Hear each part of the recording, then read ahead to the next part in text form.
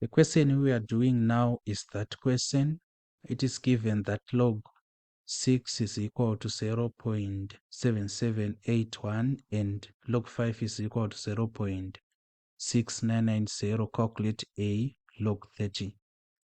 But before we get into the question, just a gentle reminder. Mubvunzo wedu wakamira sei? Mubvunzo wedu uri kuda kuti titsvage log 30 asi taudzwa kuti log 6 iri equal to 0.7781 tikaudzwa kuti log 5 iri equal to 0.6990 like that. Saka kuti titsvage log 30 we have to re-express 30 in terms of 6 and 5. But ma-relationships atinongokwanisa kushandisa chete i-multiplication kana kuti division. Tinofanirwa kunyora 30 ari in terms of 6 and 5.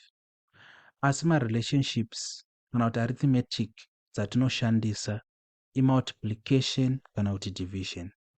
Hatikwanisi kushandisa addition kana kuti subtraction.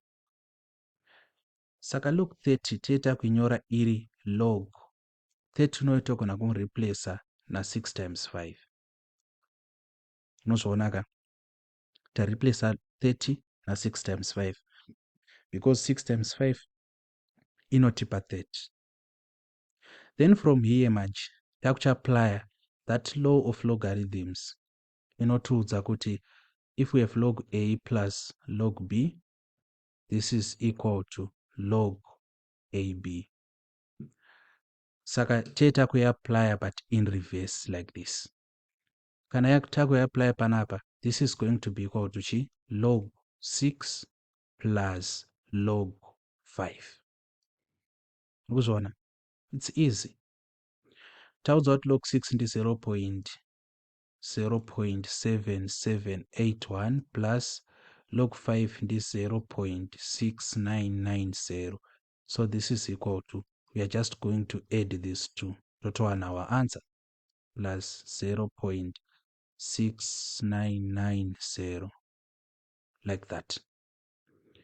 Then manje panapa 1 plus 0 1, 8 plus 9 17 carrying 1, then 7 plus 1 8, 8 yatawana plus 9 17 carry 1, then 6 plus 1 7, 7 yatawana plus 7 14 carry 1, 1 plus 0 plus 0 1. So this is going to be our final answer, 1.4771.